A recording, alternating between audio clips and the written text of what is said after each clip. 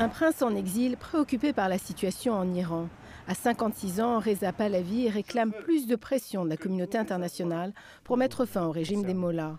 C'est que vous devez avoir dans votre calcul l'anticipation que ce régime pourrait tomber à chaque moment. Est-ce que nous avons suffisamment travaillé sur l'alternative? Car selon lui, l'alternative au régime ne va pas arriver miraculeusement. C'est une question de temps. Ce n'est pas une question de si, mais quand. Il multiplie les arguments. Parce que dès que ce régime est fini, il n'y a plus de financement des réseaux terroristes, il n'y a plus de Hezbollah, il n'y a plus de Hamas, il n'y a plus de menaces nucléaires. Tout ceci disparaît instantanément.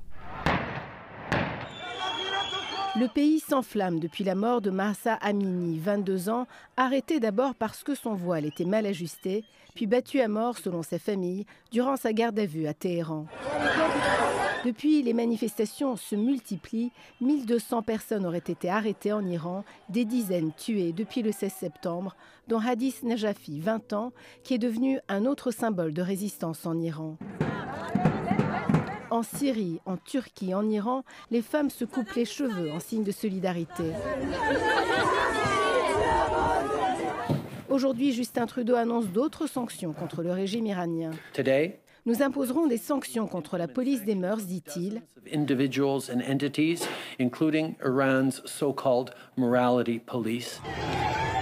L'Occident condamne le régime, mais sur le terrain, la répression continue.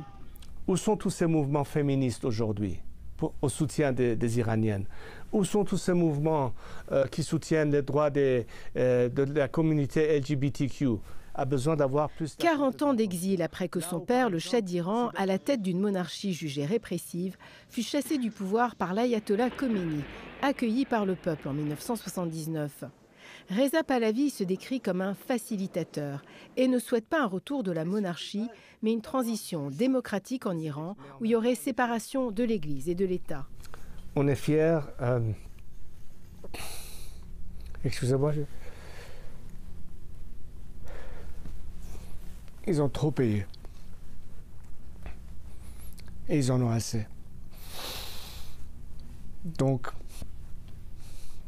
on fait ce qu'on peut, tout ce qu'on peut. Mais j'ai l'espoir qu'ils vont réussir et je sais qu'ils vont réussir. C'est une question de temps. Et comme il y a 40 ans, il espère que le peuple iranien aura le dernier mot. Ici Azeb Odlegurgis, Radio-Canada, Washington.